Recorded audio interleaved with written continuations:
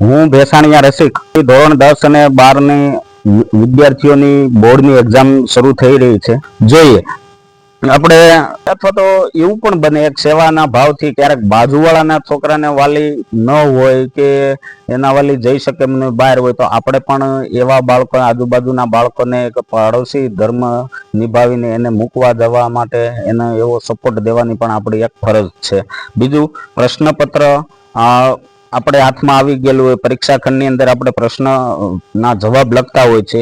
હવે પ્રશ્નપત્ર આવી ગયા પછી અને ઉત્તરવહી આવી ગયા પછી ઉત્તરવહીમાં જે બ્લુ પેનથી આપણે જવાબ લખવાની એ સિવાય કોઈ નિશાની નથી કરવાની. ઘણા આપણે ભલે દેવી દેવતાઓમાં માનતા હોય, જય માતાજી આ શબ્દ ઉપર લખે, ઓમ નમઃ શિવાય કાતે, એવા કોઈ નિશાની ન થાય એ બાબતે ખાસ ધ્યાન રાખવાનું છે. હવે બીજું કે પેપર આખું પૂરું થાય તો એમાં નવી સપ્લિમેન્ટરી આપણે લઈએ છીએ. તો નવી સપ્લિમેન્ટરી 5-10 મિનિટ પહેલા આપણે હજી 2 પેજ બાકી હોય એ પહેલા માંગી લેવાની છે. અને જેથી કરીને આપણે ઉતાવળમાં, કારણ કે છેલ્લી 15 મિનિટ પછી સપ્લિમેન્ટરી મળતી નથી, એટલે આખી સપ્લિમેન્ટરી આપણી બંધાઈ જાય.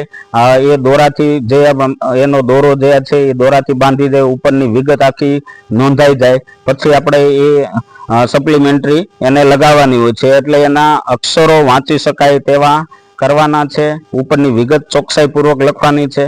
ત્રીજું કે ઉત્તરવહી ક્યારેક એવું બને કે ફાટેલી આવી ગઈ તો આપણી ઉત્તરવહી છે એ ચેક કરીને લેવી જોઈએ.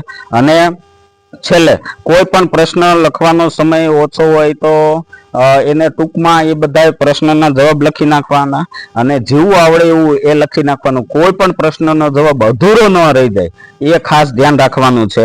અને સપ્લિમેન્ટરી એની ટોટલ છેલ્લે કરવાની છે. ટોટલ કરીને આપણું પેપર સંપૂર્ણ પૂરું થઈ જાય અને 5 મિનિટ આપણી પાસે સમય વધ્યો હોય તો બધા વિભાગ છે એમાં ટૂંકી નજર મારી લ્યો કે ભાઈ ક્યાંય ભૂલ નથી થઈને, કોઈ પ્રશ્નનો જવાબ અધૂરો છોડાઈ ગયો હોય તો એને પૂર્ણ કરવાનો પ્રયત્ન કરવાનો.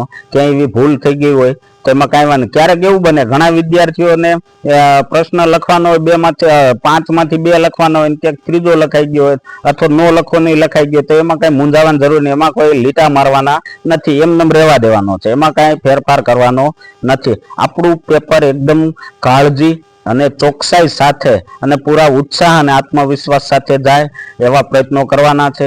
ફરીવાર આ બોર્ડના વિદ્યાર્થીઓને ફરીવાર શુભેચ્છા આપું છું. દરેક વિદ્યાર્થીઓને સારી પરીક્ષા જાય એવી ખૂબ ખૂબ શુભેચ્છા, એવી ભગવાનને શ્રી ચરણોમાં પ્રાર્થના.